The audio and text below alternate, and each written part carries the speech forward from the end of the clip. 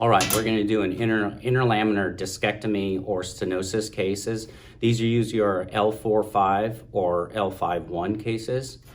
As you start to move through the tray, what's important off the bat is as we look at the top of the tray, I like to start from the bottom up. So what I try to do is I kind of pull this tray out, and it's in the middle and now elongated. I pull this up. Now I start from the bottom. With the interlaminar discectomy with drill, if they're needing it, I pull the drill from the bottom. I will set this out. I will pull this, they'll call it an articulating probe because these are all spring loaded, and if you look at the end here, you'll see how this articulates out. It's the only one that's in the set. I pull both handles. This is a wishbone handle, and this one, as you can see with this articulating probe, it's the only one in the set that doesn't have a line on it, like the Kerrisons. You push into it and it seats. You turn it and you hear it click. Once you push that in, you want to turn it away from you to the desired articulating, because it's sideways. So what I try to do is make it more orthogonal with the actual handpiece itself. So I adjust, and now it's there. So as I go here, I'll set that there. I usually grab a Kerrison. They're the shorter ones for the interlaminar. There is two different types. As you could tell here, there is a 40 degree and then there's a 90 degree. As you go here, you're gonna look you're gonna ask the scrub tech in the back of the field, there's a line in, line out. This line in, line out here will adjust, it goes right into it. I push into it, you hear that click. I push and turn, and I want the cutting flute to be north. So now you can see here, these two specifically will be used later on in the case.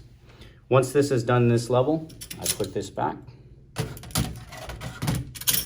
I grab the short cannula, I grab the short scope, but this is a transfemoral, but for purposes, you'll grab the short scope that's 130 centimeters, put that on the field with the cannula.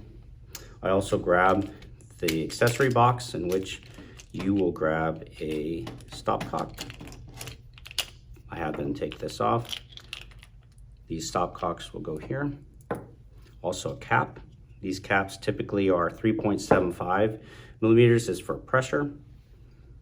With this being said, as we get to this, you see the cannula here, the working channel, and the length will be a little bit shorter for interlaminar, but for purposes, we're using the transfemoral scope.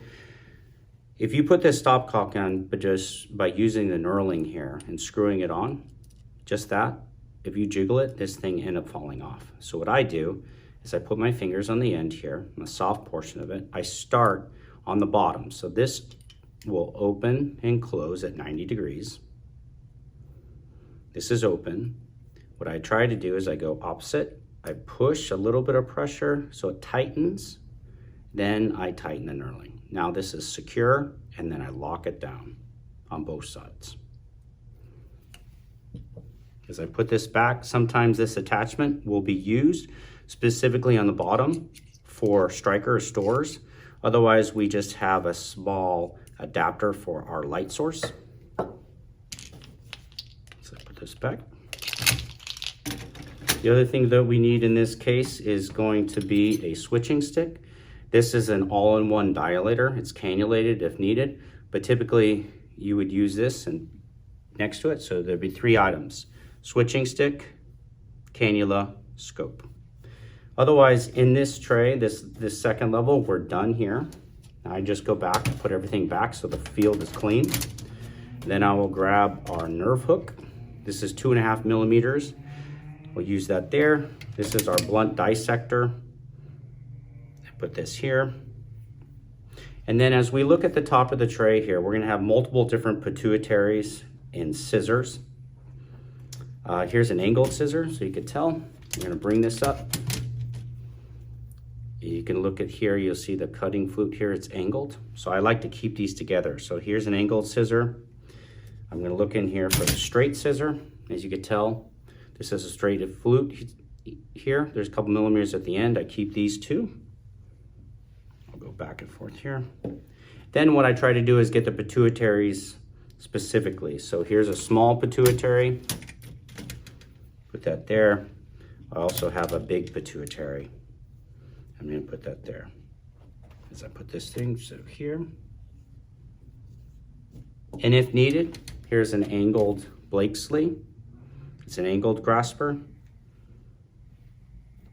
And as we put these together, this is your Mayo setup for an interlaminar discectomy or stenosis case.